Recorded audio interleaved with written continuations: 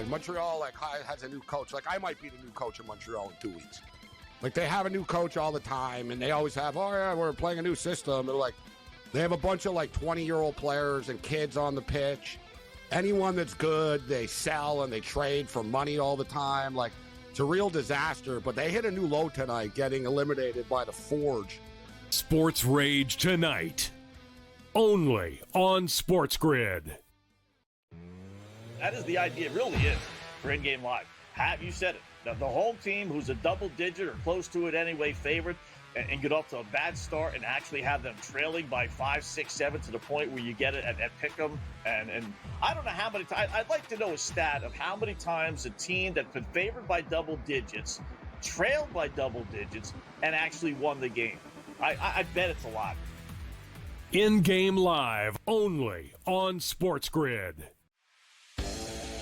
You've got issues up and down here. The bullpen is falling apart, to put it nicely. And have you seen the schedule for the Yankees for the rest of the month of July here? We have Seattle, then we have the Cubs, then you have Atlanta, then you have Toronto again in Toronto. That really didn't go all that well this week. And then you have Philadelphia and Tampa. Good luck to the Yankees in July here. Pharrell Coast to Coast, only on SportsGrid. They're still trying to throw Dalton Knecht's name in trades, and I don't even know if he's viewed as a positive asset still. And that's a crazy thing. Dalton Knecht, if you look at FanDuel, Dalton Knecht 20-plus points at plus 120. He's giving you no indication that he's that right there. I mean, Kevin, I would be more likely if we knew we were going to get the minutes. Bronny James, 10-plus points at plus 118. Game time decisions, only on...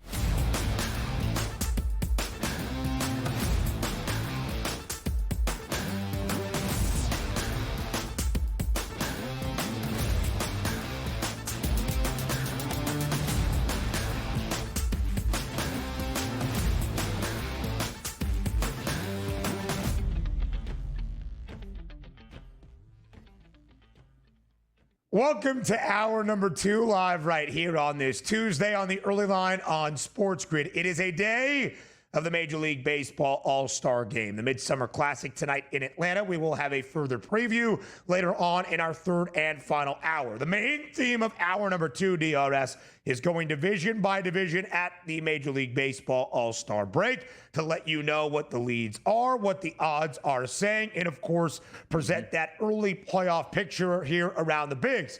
It might feel early as it's the All-Star break in the middle of July. It's really not. All 30 clubs around the bigs have played 95 at least of their 162 regular season games. So that playoff picture in the run to October starting to crystallize just a little bit. But we will start here in this second hour on day number 2 of SEC Media Days in Atlanta, the ramp up during talking season for a college football campaign.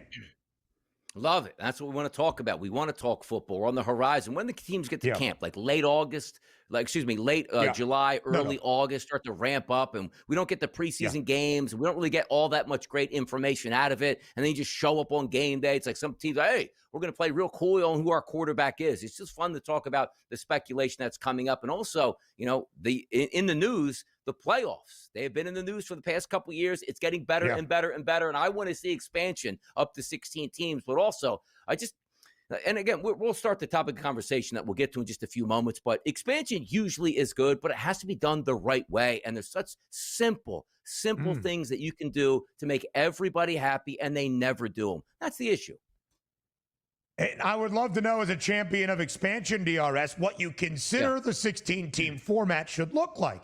Because even before we got to 12 in our first year of the 12-team college football playoff, the largest ever field to contend for a national title in the sport in the longest ever season, there was already rumors about expanding to 16 starting in 2026. That was supposed to line up with the TV deal for the college football playoff coming up for grabs, and maybe a second television partner in Fox getting involved. Instead, it will remain with ESPN, I believe, at least through 2031 in their sole discretion. Now, ESPN giving some games away and yet producing them to Turner, that being TNT, Max, however you want to describe it, nowadays, but really through the sole propriety of ESPN. But we thought, DRS, that especially this offseason, for sure, not in 2025, but the following year in 2026, we were going to expand to 16 teams. What that expansion might look like, now that was up for debate between a few formats. But as we heard yesterday from SEC Commissioner Greg Sankey,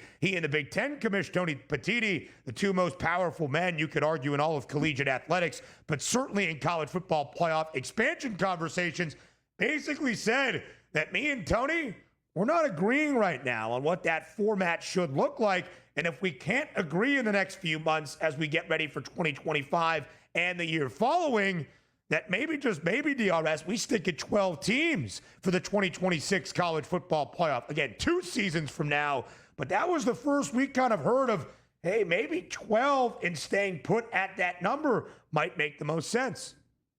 Yeah, Division I football, it's the best version of football, but the actually worst run football of all, like Division II, Division III, NIA, whatever it is. Because the other divisions, and rightfully so, believe that the competition is fine during the regular season, but we want an on-field champion and we want to do it fairly, which means we invite a lot of teams into the playoff, decided on the field. For some reason, college football Division I has hated that idea all the way through, but we're finally up to 12 teams, which is fantastic, and I love it. But 16 makes more sense. And you say, well, Donnie, what's the fairness going to be?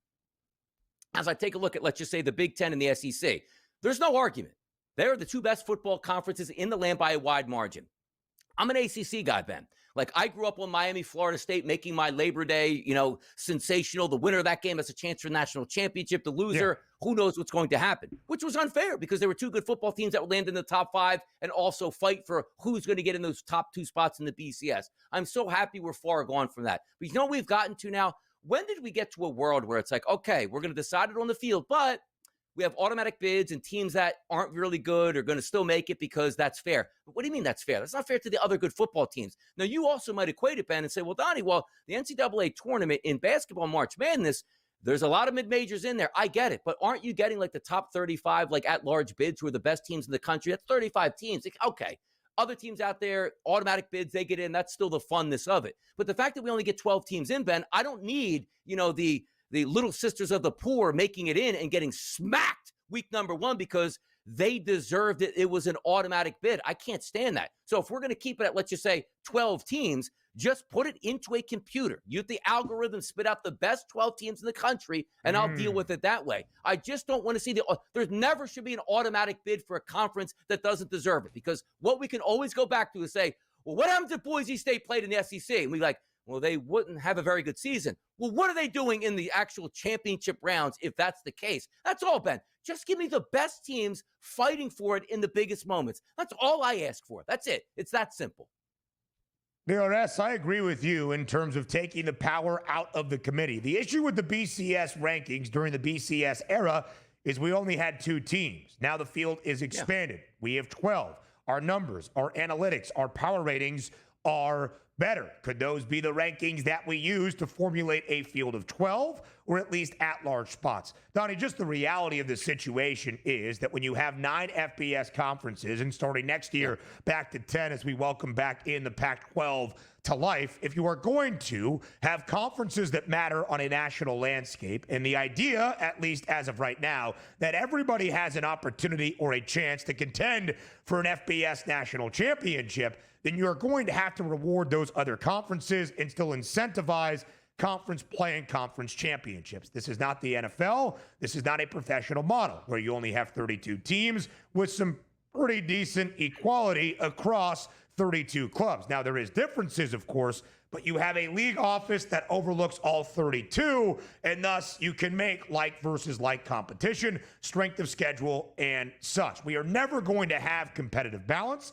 We are never going to have parity in strength of schedule, or I should say equality in strength of schedule, as long as we have 10 FBS conferences that dot the country. So to your point, they are always going to, conference commissioners, because of the financial incentives that come with it, going to present the incentive of earning that automatic berth through a conference championship. It should be noted, though, that this year in 12, unlike last year, those top 4 conference champions of the 5 automatic conference champs that earn that bid through being the 5 highest ranked conference title winners are not going to get that opening round bye. It will be a straight seeding model. Still 5 auto bids for the 5 highest ranked conference title winners, DRS, and 7 at-large teams in the 12-team format. But once the spots are determined, it's just the selection committee's final rankings following conference championship weekend, 1 through 12. None of this, well, Boise State was number 9, but the 3 seed, and Arizona State was 12, but the 4 seed, and all of that mumbo jumbo. It is just straight seeding, which I think is a positive development. Yeah, and I always get angry, and I like to chip back at things because I always like to see the perfection of it. But having said that, again, Ben and I were on this air talking, BCS 2 was just fine. Let's roll it back. Last year was the single best league/season we've ever seen out of any of these conferences. It was so much fun from start to finish. We never saw more meaningful football games in the month of November than we did last year. So it might sound like Donnie's complaining about the process. It's getting better, but I just think it can get even better on top of that. But make no mistake about it. If it's still 12, I'll deal with it. If it's 16, I'll be elated. I love the process we're going through now because college football is a better sport right now. We'll wrap up this conversation next.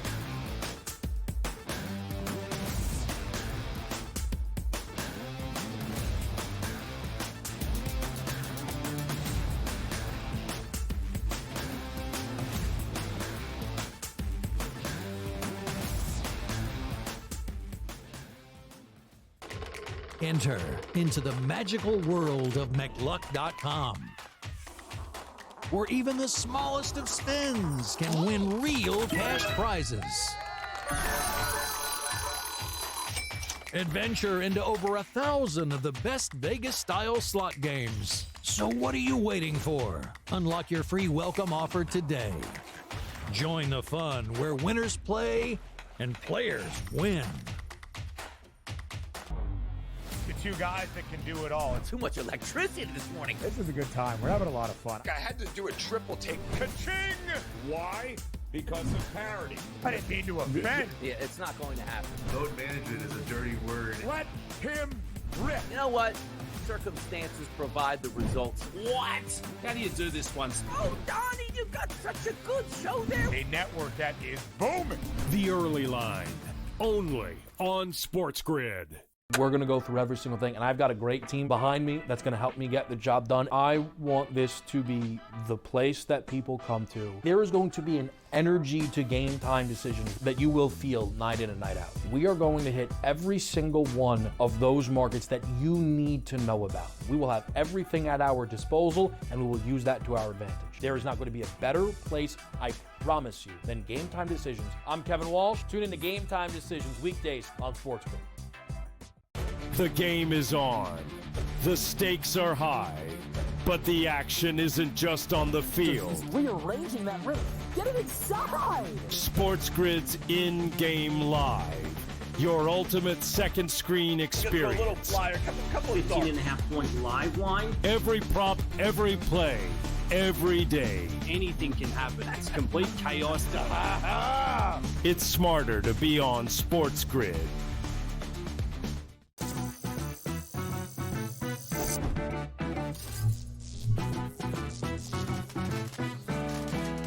Did you know sportsbooks tend to draw up tighter bet lines for events that get even more bettors, like championship games or major matchups? My tip, try betting on less popular sports. You might have a better shot at beating those odds. Now, go get lucky. See you in Las Pages. Let's get lucky.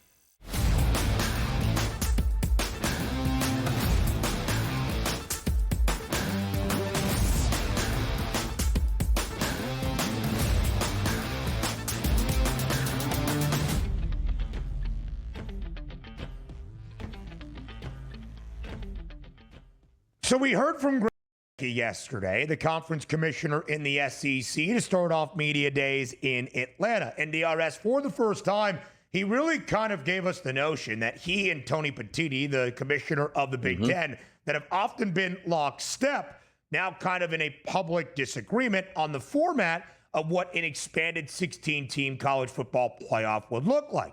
I want to get your final thoughts on what format you would prefer, at least based on the two presented, before we move on to other topics. And we'll get into our MLB divisional by divisional breakdown in just a matter of moments as well. Basically, Donnie, the two formats that have been floated. At first, we thought the Big Ten and the SEC agreed on the 4-4-2-2-1 model, which is 4 automatic bids for the Big Ten and the SEC, 2 automatic bids for both the ACC and the Big 12, and 1 automatic bid to the highest ranked Group of 5 champion with 3 at-large spots. Then you heard Greg Sankey in our clip mention we left destined. That would be the spring meetings at the end of May in Florida for the SEC, when many of the coaches and the administrators in the league, DRS, basically were more in favor of the 5+11 model, which is basically what we have now in the 12-team era. 5 automatic berths for the 5 highest ranked conference champs, and then you just expand the field by 4 with 4 additional at-large spots, 11 in total. Of those 2 models floated, which would you prefer? Probably the second model, to be honest, because I think we might get a better landscape of the better football teams making it in, because here's what I don't agree with. I just told you. The SEC and the Big Ten are the 2 best football conferences, but on a year-to-year basis, that might not be the case. Now, if you just take the longevity of it, it probably will be the case. But the reason I say this is, I don't want to see Illinois get in when maybe they shouldn't have gotten in, and 2 other teams were better in the SEC, but the SEC only got, what's that? I'm just using them as a name. I was going to say Nebraska, just to needle you. Yeah, I was just going to say, Nebraska's going to get in when they don't deserve it, right? So I was just throwing a random team out there. But, I just want to see the best teams get in. So the automatic bid sort of takes that away. And if you're just saying, okay, I get 5, and one of those probably is because, you still have to be a good football team to win the Big 12, right? We stumbled in and we were 4 wins and we won the Big 12. That doesn't happen. They're still going to be good. But then again, you take a look at some of the group of 5s that probably shouldn't be there. So the less automatic bids for me, Ben, the better. Just give me the lesser of the 2 evils. That's what I would like right now. And Donnie, I think from a sports landscape, that is the earnest notion, right? Earn it on the playing field. We have always asked with the expanded college football playoff that the results of the actual games should matter most. So we want to earn it on the field. The only thing I will say to play devil's advocate is I've had these own internal debates on which format I like more. Of course, this past year with the committee, as we have always shared, DRS, making some interesting decisions whichever way you slice it. If you give the selection committee more power to have their weird logistics and criteria that are not the same each and every year, that can change on a dime week to week, you give them more power to decide what is going to happen in an expanded college football playoff, it could actually be less equal, where most of those at-large berths, based on the strength of the Big 2 and the Power 4, the SEC and the Big 10, are probably going to go to Big 10 and SEC teams, not an ACC up-and-comer or a Big 12 team that had a great year and got to 10 wins. Because we know it's just a reality. We weight SEC schedules and Big 10 schedules more so than we do the other conferences in the country. So almost in a way, the 4-4-2-2-1 and the automatic bids giving multiple to the ACC and the Big 12 could be a way for those 2 conferences to get more schools in. And yet, DRS, the party line for both the ACC and the Big 12 has still been, we like the 5+11 model. We still want the right to earn it on the field.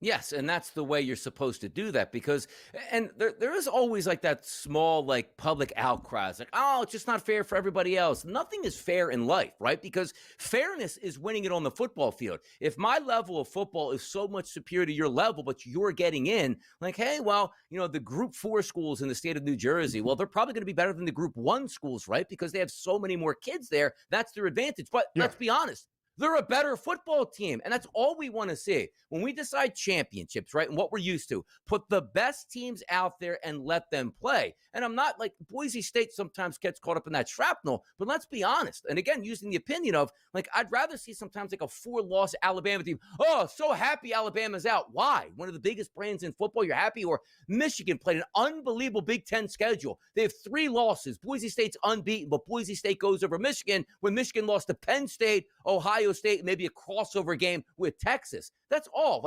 Fairness is putting the best teams in. That's what's fair, not, JMU ran the table. I don't care about that. That's a nice season for them. Let them play in a bowl game somewhere. But if they're not included in the big, like, let's just say 12 teams, 16 teams, so be it. The best teams should play on the field. That makes everybody happy. Or, Ben, at least it should make everybody happy. Also, I would just say some of the metrics that we use, though, cannot be equal because the SEC is always going to be a stronger league than that of even the Big 12 or the Mountain West or CUSA. So if we had a specific algorithm in criteria that had to be reached each and every year, then I think that would take away some of the headache. DRS, some other news yesterday at SEC Media Days for a guy that used to run that conference and the sport, but now is doing pretty well on TV. Greg McElroy, who now works for ESPN, hosts his own radio show as well, and played under the great ball coach in Nick Saban, said a person, quote, in the know, believes Nick Saban will return to coaching. No shot. Quote, if it wasn't someone notable, I would never say a word. End quote. McElroy also furthered on that he doesn't believe it is likely, but just reporting because whoever that source or notable person is, he takes with great stock. Coach K, Jay Wright, and let's start there with Nick Saban. They would still be coaching today if there was no NIL era. They still would because they master recruiters. They can get the players they want, and they'll be like, Coach, I'll come to your school, but $50,000 more to go to the other institution. That's why they got out. Why would Nick Saban jump in when there's absolutely no rules right now, and all it's about is who has the biggest bag, man? He's not getting back into it. No way, shape, or form. No shot, Ben. Not a chance. 74-year-old Nick Saban seems very content on television, and to Donnie's point, a very different landscape nowadays that still doesn't have a ton of guardrails. MLB conversations next.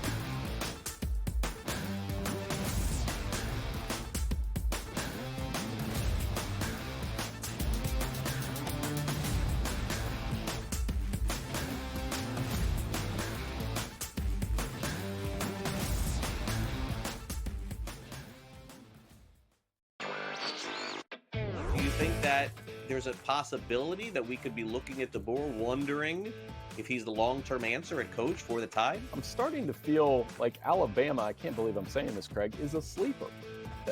Fourth easiest schedule in the SEC this year. Ryan Williams is back. I think the friendly, these early season games against Florida State and Wisconsin, that is friendly for Alabama. Newswire, only on SportsGrid.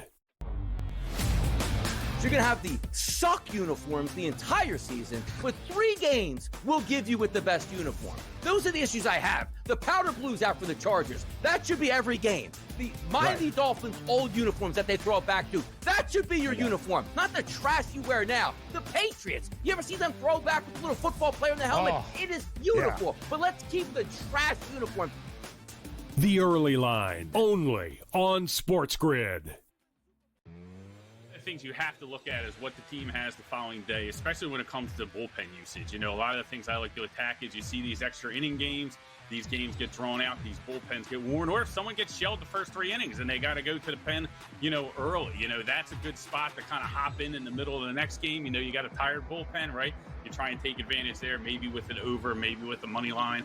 You're getting plus money on a favorite at that point. In-game live, only on SportsGrid. His run in Salt Lake is over, but obviously the intimidation of a guy that's been around that long in Gundy and in this guy, if you look at their cases, they're very similar. It's been going on forever, right? And it's time for a change, I think, in Stillwater and in Salt Lake. I got to be honest with you. And believe me, if they lose again, they're going to get rid of him. Pharrell Coast to Coast, only on SportsGrid.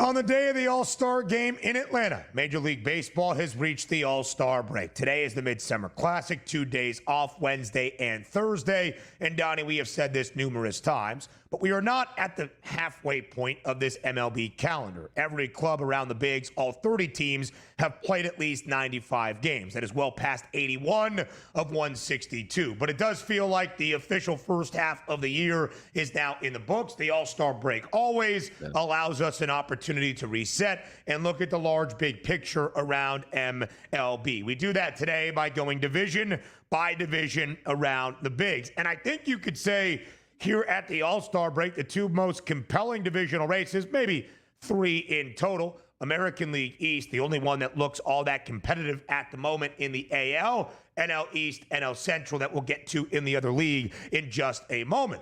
In DRS, when we look at the American League East standings, you will see a team in first with a 2-game cushion that is not the minus money favorite. The Blue Jays in front of the Yankees, flip-flopping in the later portion of June, now here entering the All-Star break, but a plus 185 number on Toronto and a minus 130 price on the Yanks, who played better in the final week entering the All-Star break after a dismal end of June into early July. And yet the Yankees, despite trailing by a full 2 games, remain a minus 130 favorite. Does that sit right with you?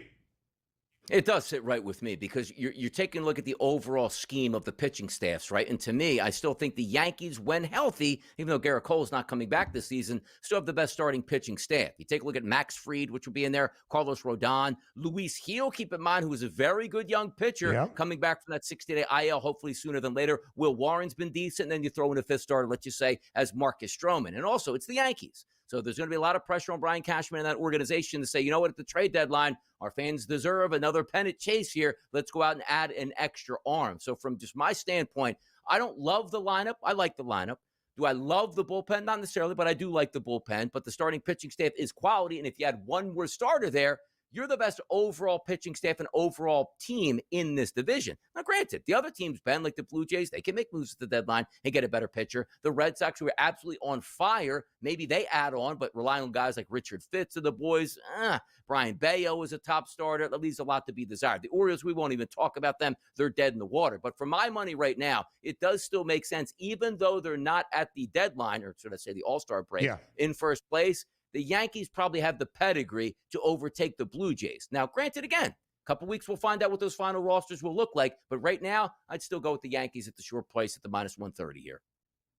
42-25, the Yankees record on June 12th. They had a 4.5-game lead over the Blue Jays in the division. The Yankees dropped their final 2 games of their final weekend set against the Cubbies. They are 53-43 here at the break. So, again, as you do the quick math there, 11-18 since that point when they had the 4.5-game lead. Toronto, of course, has been on a tear. Last week, they had a 10-game win streak that was snapped by the Chicago White Sox. Both teams dropped their final 2 games of their final weekend sets entering the break. DRS, the other team to discuss in the American League East is, of course, now the team on that double-digit win streak as well, the Boston Red Sox, who have won 10 straight games entering the All-Star break and only sit 3 games back of the Blue Jays for that top spot in the AL East. Boston has earned, at least as of right now, an AL wildcard position as well. Do you give the Sox at a 6-1 number any little bit of consideration for a sprinkle to continue this red-hot play when the second half begins on Friday? It's hard to say no, but again, like the All-Star break probably came at the worst time, if that makes sense, to the Boston Red Sox playing their best baseball of the season. You know, camaraderie in the locker room, no more Rafael Devers, no more questions about who's going to be pulling their weight and who wants to play certain positions. So I love that 1 through 9, but as I said, like it's pitching matters. Like we always talk about pitching in the playoffs, like, hey, once you get to the pitch, but you're talking about over the summer where every single day you can throw a quality starter. I don't know if you get that with the Boston Red Sox. Love Garrett Crochet, sensational signing, not going to get any issues there. Brian Bayo, decent pitcher here, but he's like your number 2. Giolito, sometimes shaky. Walker Buehler has been really bad this year. Richard Fitz as your 5th pitcher. You see where we're going with this? Like, who can we rely on? Okay, got a good start out of Crochet, and the next 4 days, boy, that lineup better come up big 1 through 9 because we don't know what we're getting out of our pitching staff. But again, things can change. Trade deadline's coming up, but there's not a lot of superstar pitchers that are going to come your way specifically with teams in your own division fighting for those same pitchers that you have. I like the Red Sox. They'll be fun on a day-to-day basis, but they won't get my money to win this division. I don't care how hot that streak was leading into the All-Star break. The Yanks and the Red Sox, the top 2 wild card spots. The Mariners have the 3rd and final. The Rays, probably not in contention for an AL East divisional crown, sit a game and a half back of that final wild card spot. The other 2 AL divisions next.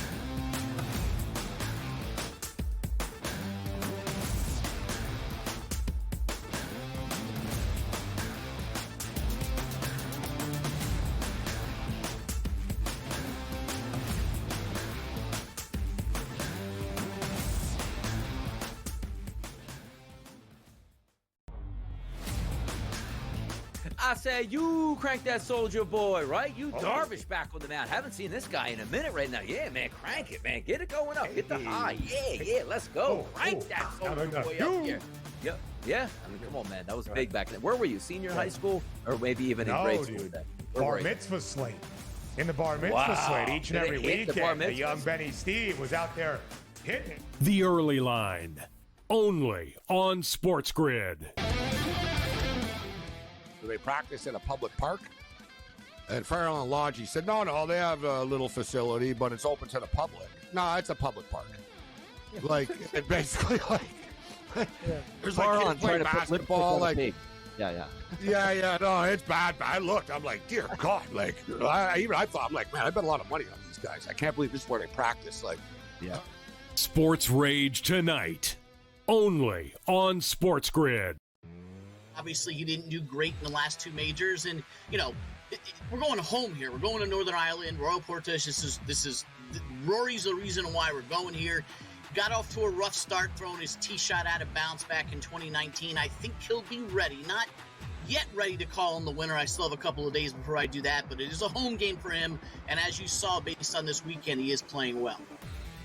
In-game live, only on SportsGrid. I would be looking to get him in dynasty or keeper leagues. If I'm out of a league and I'm looking to rebuild for the next years ahead, that's where I'm looking. Yuri Perez is a special young pitcher that we're going to be talking about in that Paul Skeens, in that Tariq Skubal, in that grouping of guys. I think he can be that good. He's only 22 years old. He's the boy. So you're getting a situation here where Yuri Perez eventually is going to grow into that man of a pitcher. Fantasy Sports Today, only on SportsGrid.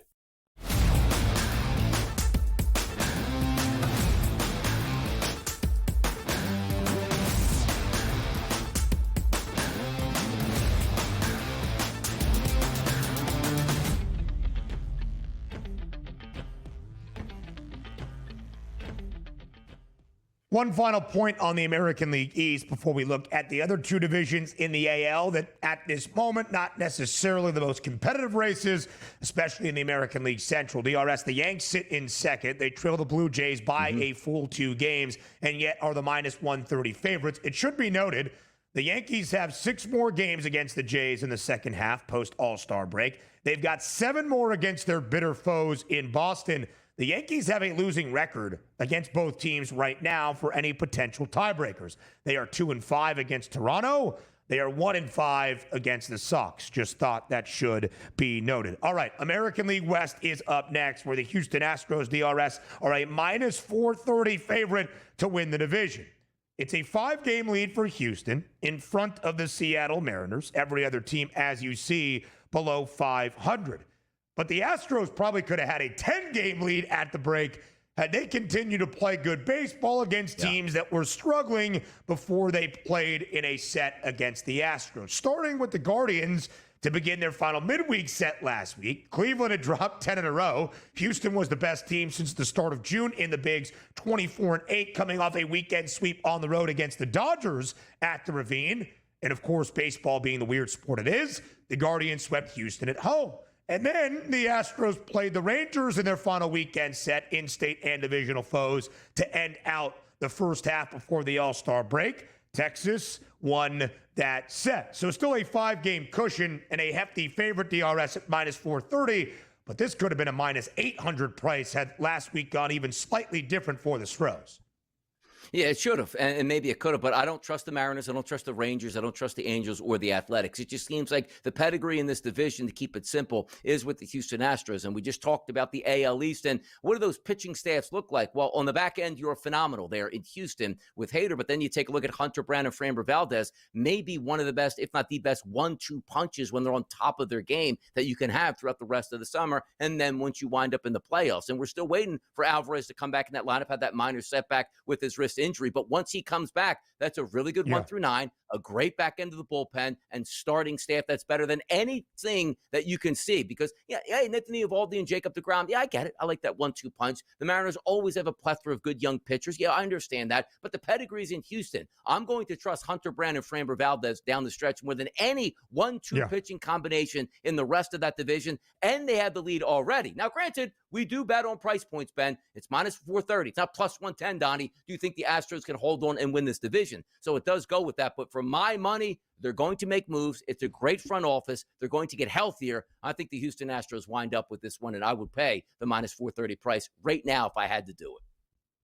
Completely agree, DRS. Again, it's a chalky price. It's not a great bet. We're not assessing that you should. But the Astros are going to win this division. That's the way I feel as well. DRS still 25-13 since the beginning of June, despite losing 5 of their 6 games in the final week ahead of the All-Star break. They maintain that 5-game cushion. Seattle, again, pretty even 500 back and forth. Some good, some bad. Big dumper Cal Raleigh doing all he can. Texas started to hit a lot better in the final week and a half ahead of the All-Star break, but the offensive struggle still the issues with the Rangers. Again, DRS, final week of this MLB first half before we got to the break, really since the start of July for the Rangers. They had 1, 2, 3, 4, 5, 6, 7 games that they totaled 6 or more runs. A really good sign for the Rangers, who the offense has been their issue, not their starting pitching. Nathan Eovaldi, Jacob deGrom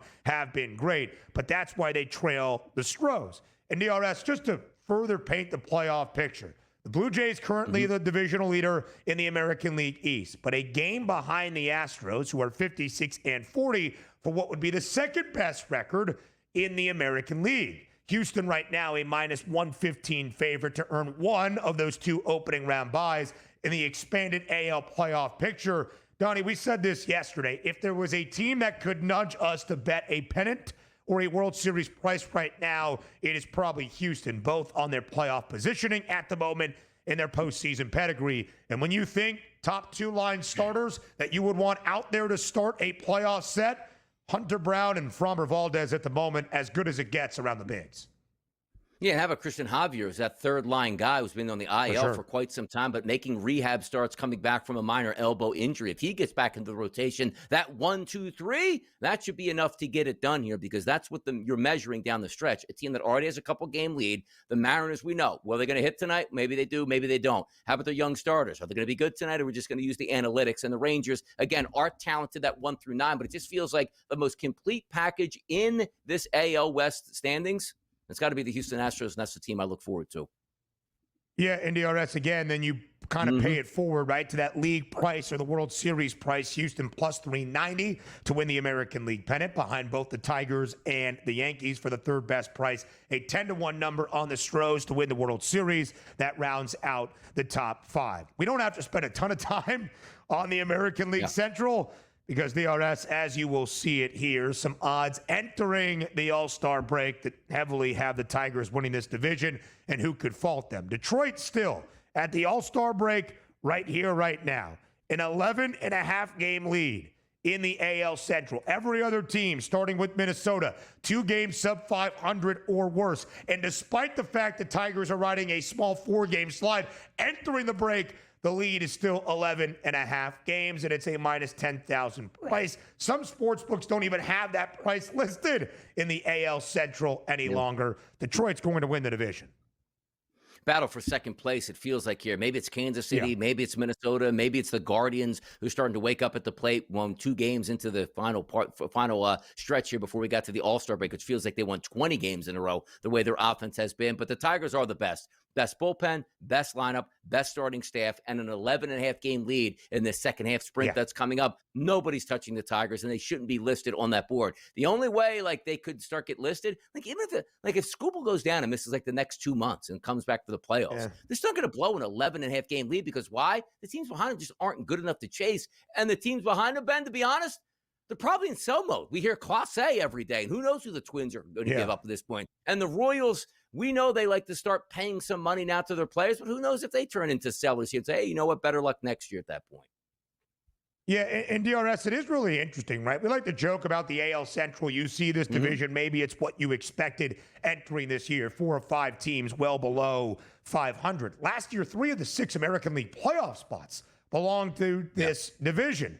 The Guardians, the Royals, and the Tigers, who hosted and won a playoff game in Detroit for the first time in a decade. What is the only interesting thing still remaining, DRS, about the American League Central is the fact the Twins were the favorites entering opening day at plus 210. The Tigers had the second best price at plus 230, but there was a belief this would be a competitive division with teams that were above 500 fighting for those spots. Right now, of course, it seems the only playoff team out of the AL Central will be the divisional winner. That is the Tigers that, despite dropping 4 in a row at 59-38, still can't get to that 60th win. Nobody in MLB still has the best record in the bigs. We'll have more on the National League on the other side. But DRS, let's start in the NL East. Just a half-game lead for the Philadelphia Phillies. Minus 180, the price on the Titans to win the division. Only a half game in front. 1 fewer loss to the Mets, 1 fewer game play. The Mets at plus 130. It is a 2-team race. We can talk about the disappointing Braves, who are the opening day favorites on the other side. But Donnie, this is close. What do you make of the odds comparing Philadelphia and New York? It makes some sense because, yes, they are going to battle back and forth on who's going to win that division. But you just look at one team that is going to be throwing in the second half. Zach Wheeler, Ranger Suarez, Jesus Luzardo, Christopher Sanchez, and Aaron Nola, 1 through 5. Nobody in baseball can compete with that starting staff lineup. That's why they're going to wind up winning the division. Not because they can't hit and they scored 2 to 3 runs a game. Heck, they score 3 runs. They usually win the game by 2 because their pitching has been so damn good right now. And that's the reason I would back the Philadelphia Phillies. More on that later, but Donnie is right. The pitching edge goes to the Phils, but will the offense finally find a spark post-All-Star break? More of that next.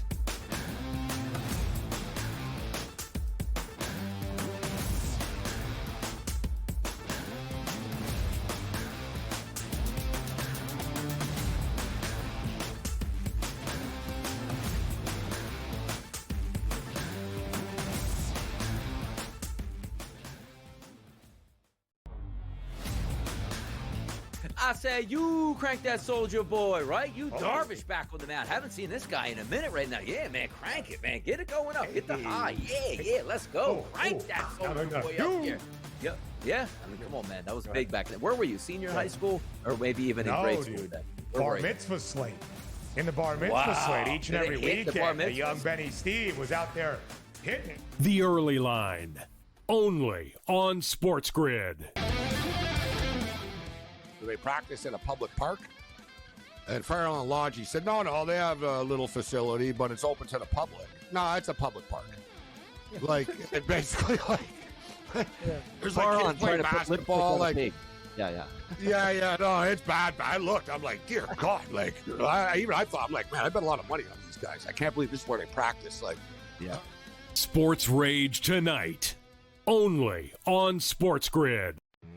Obviously, he didn't do great in the last 2 majors, and we're going home here. We're going to Northern Ireland, Royal Portage. This is Rory's the reason why we're going here.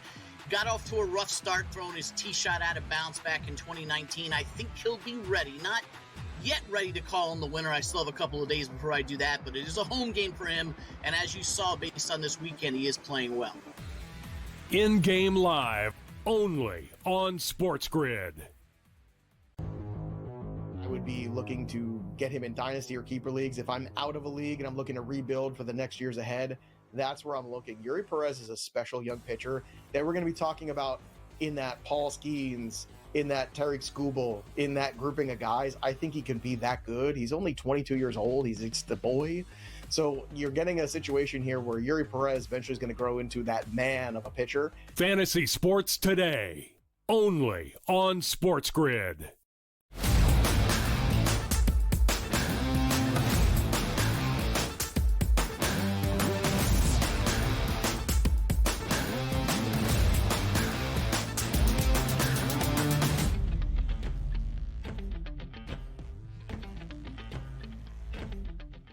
Live right here on the early line on SportsGrid. Baseball at the All-Star break, division by division today, taking a look at where Major League Baseball sits here at the break and making sense of it, of course, for the second half. DRS, a focus still on the NL East, really a two-team race and only a half-game, razor-thin margin between the Phillies in first and the New York Mets in second. The Phils a minus 180 favorite. You would have to say, DRS, that is the odds makers taking into account the pitching potential of Philadelphia. The Cy Young favorite right now in Zach Wheeler. Two all-star should-have-beens in Christopher Sanchez and Ranger Suarez. Jesus Luzardo, who has been great at times, not so great at others. You hope he rounds into his opening part of the year form the remainder of the way. And the return of what we hope is a healthy Aaron Nola for Philadelphia. And despite a star-studded offensive lineup, not really producing in that way. DRS, final 6 sets for the Phils ahead of the All-Star break. Just 3 times in those final 6 series did the Phillies score more than 5 runs. What has been that issue offensively, maybe holding the Phils back from opening up the lead in this division and trying to challenge the Dodgers for that top spot in the National League? Yeah, number one, Harper just not being himself, getting back to, hitting power shots here. Kyle Schwarber, we know, is the power guy, but the rest of the lineup doesn't have a lot of power. It's one of the few lineups in baseball that struggles. It's like we have to get 4 runners on base to get 1 run here. That's not supposed to happen. Like the old Philadelphia Phillies way, get a walk out there. Here comes that 2-run bomb, like in the Ryan Howard, Jimmy Rollins, Chase Utley era. Now, granted, the Phillies have had some really good offensive teams over the past couple years, but it's just a flawed lineup at this point. The interesting part for the Phillies is what changes are going to make coming up to the deadline. You can't just change in and out superstar players and say, okay, now we have a ready-made team. But they just need somebody in the top of the lineup that's like a table setter. Like you see some things going around, like if the Cleveland Guardians end up selling. Well, Clase is the big deal in the back end because the Phillies are looking for a closer. Alvarado comes back August 18th, Ben, but he can't pitch in the postseason, but can help down the stretch. But more importantly, like Trey Turner's having a sensational year at the plate. You love to see it, but if he's getting on base, there's too many strikeouts and not enough power behind him at that point. You'd love to see like a Steven Kwan who's thought to be maybe on the market. Like, let's just say Kwan goes number 1 in the lineup. Then you have obviously Trey Turner too, which bleeds into Bryce Harper and then into the rest part of that lineup and Kyle Schwarber. So you have the power behind the guys that are on base. They just need more traffic on base, but also power, man. Like Alec Boehm, where's your power? Bryson Stott's been there a couple of years, certainly insignificant. Brandon Marsh gets lost in the 9 hole. Like it just seems like they're fighting uphill. It's like, what did the Phillies do in that last inning? They got a walk in 2 singles and they still haven't scored a run yet. It's like, that can't happen. And that's been happening. You don't want to waste a historic pitching performance like the Phillies are getting out of their starters here. They must make moves. But to answer your question, Ben, they just don't have the pop in the lineup that they should have here. And maybe just a healthy Bryce Harper will get the pop back into the lineup in the second half. Yeah, no doubt about it, DRS. And again, when you compare these two teams right now with that razor-thin margin, a half-game advantage for the Phils, 7 more games to come between the Phillies and the Amazons on the other side of the All-Star break, and about a 2.5-week stretch from late August into the second week of September. That final series between Philly and New York is a 4-game set in Philadelphia. Crucial divisional games to come. Right now, the Mets have taken 4 of the first 6 against Philly. Of course, the New York Mets, DRS, battling back and forth with Philadelphia in the opening 3 months of this year. A once proud organization went 3-13 down the home stretch of June, lost their first game of July. The Mets have won 7 of 11 entering the All-Star break, finding better form, and have cut that lead to only a half game. We thought this was going to be a really competitive race around the NL East between 3 teams separated by just a buck on opening day, with the Braves being the favorites at plus 120. You see Atlanta there in the 4th spot. 11 games sub 500, 42 and 53, 110-1 to win the National League East. Donnie, the only place that even would remotely be in consideration, I guess, is a 13-1 number on Atlanta to make the playoffs. We don't expect that to be the case. Let's get to the NL Central a really good race, although the odds would tell you a different story.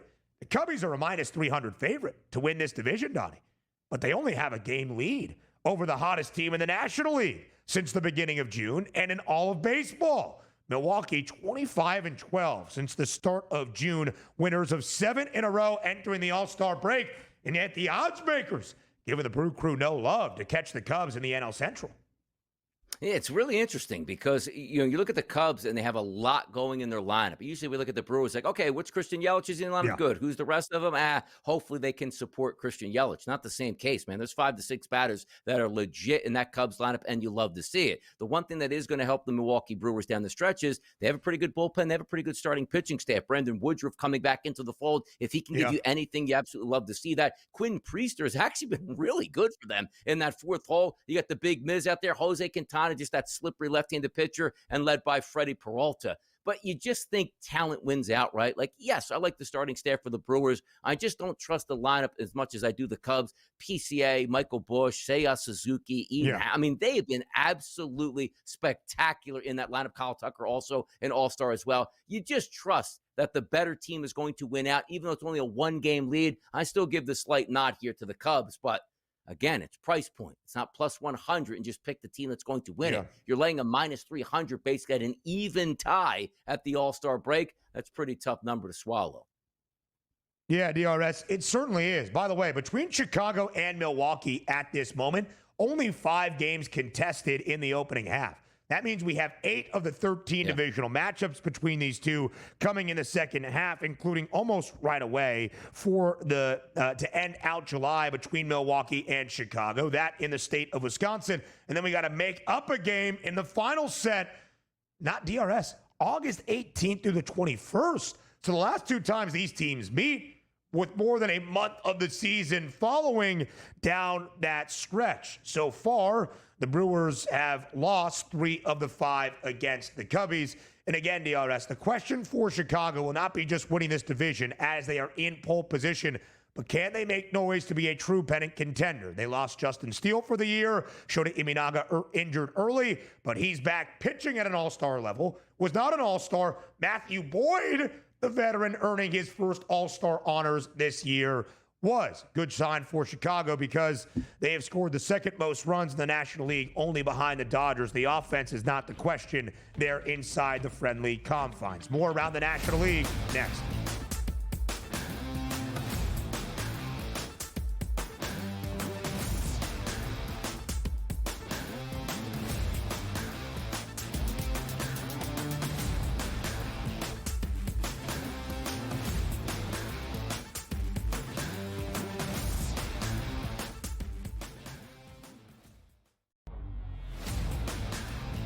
I say, you crank that Soldier Boy, right? You Darvish back on the mound. Haven't seen this guy in a minute right now. Yeah, man, crank it, man. Get it going up. Get the high. Yeah, let's go. Crank that Soldier Boy up here. Yeah. I mean, come on, man. That was big back then. Where were you? Senior high school? Or maybe even in grade school? Then? Bar mitzvah slate. In the bar mitzvah slate each and every weekend. The young Benny Steve was out there hitting. The early line. Only on SportsGrid. They practice in a public park. And Fairlawn Lodge, he said, no, they have a little facility, but it's open to the public. No, it's a public park. Like, it basically, like, there's like kids playing basketball, like, yeah, no, it's bad. I looked, I'm like, dear God, like, I thought, I'm like, man, I bet a lot of money on these guys. I can't believe this is where they practice, like, Sports Rage tonight, only on SportsGrid. Obviously, he didn't do great in the last 2 majors, and we're going home here. We're going to Northern Ireland. Royal Portage. This is Rory's the reason why we're going here. Got off to a rough start, throwing his tee shot out of bounds back in 2019. I think he'll be ready. Not yet ready to call him the winner. I still have a couple of days before I do that, but it is a home game for him. And as you saw, based on this weekend, he is playing well. In-game live, only on SportsGrid.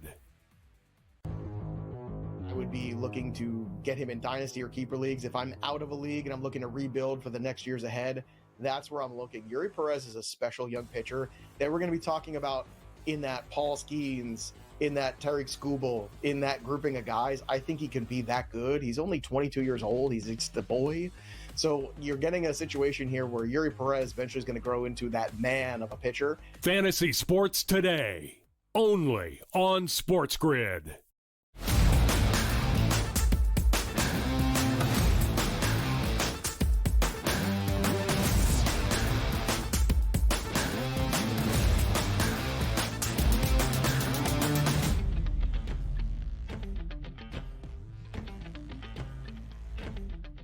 A little bit more around the National League Central. As we have shared, the Brewers have been baseball's best team since the start of June, 25-12, and they entered the All-Star break absolutely scorching.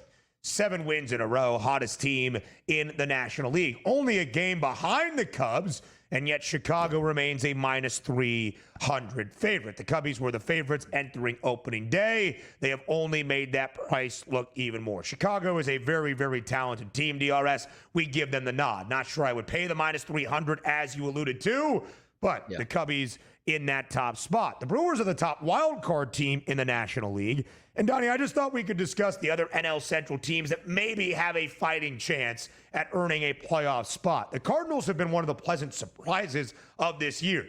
They were picked before the season got started, or at least slated, with the worst odds alongside the Pirates at 9-1. St. Louis, a team we often look at optimistically in the NL Central. The Cardinals 51-46.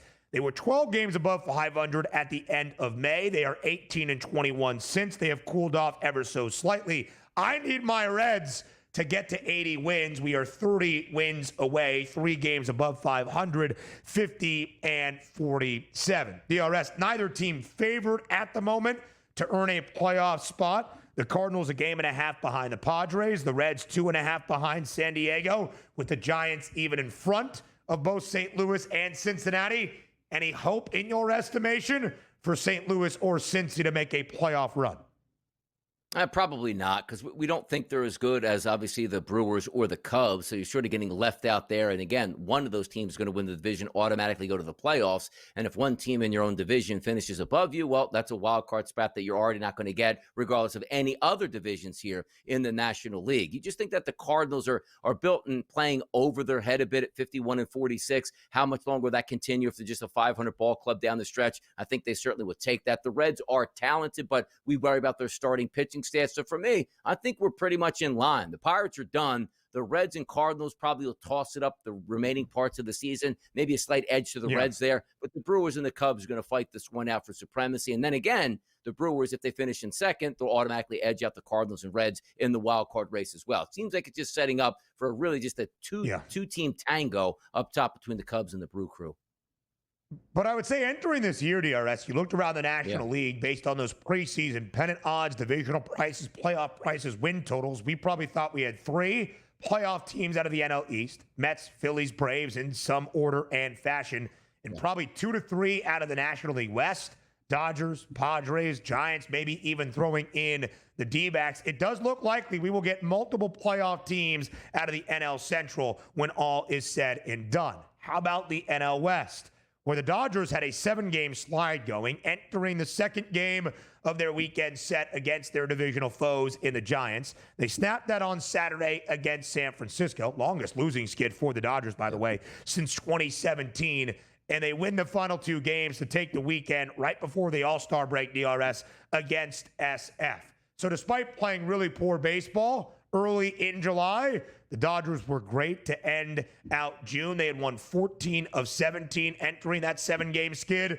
And the Dodgers still have the best record in the National League and a 5.5-game lead in the NL West. Minus 1,200, the price for LA to win their 13th divisional championship in the last 14 seasons. It has been Dodger dominance in the NL West for the last decade plus. And it'll continue to be Dodger dominance, and they're going to win this division just like we thought on opening day right through to now. Not even playing their best baseball up to the All-Star break, but did pick up those final 2 wins on Saturday and Sunday. Much needed break this week, and they'll get back to it. Because here's again what we're factoring this on. The 1 through 9 is always going to be good for the Dodgers. They're always going to make moves at the trade deadline. But just look at what the pitchers they have on staff right now, the starters. Yamamoto, they expect big things from. Shohei Ohtani, ERA under a 1 now as he starts to build up 3, 4, 5, 6 innings, and he'll be a full-time starter. Tyler Glass now coming back into the rotation. I like to see that. Blake Snell doing rehab starts coming up here. So if you have Yamamoto, Ohtani, Glass now, and Snell healthy in September, oh yeah, every once in a while you throw in Clayton Kershaw to give you 5 to 6 innings pitched. That's why they're the favorites here. Not just because it's the Dodgers on the front of their chest. The names on the back plate there are sensational if they are healthy. And if we're banking on them being healthy in September, who's stopping the Dodgers from winning that division? Nobody. Nobody indeed, DRS. When you look at some of the odds right now, by the way, San Francisco minus 108 to make the postseason. They're a half game behind the Padres, who have the final wild card spot at this moment. So San Diego in a slightly better position, but that will be an interesting rivalry to play out down the back stretch. Hour number 3, our third and final next.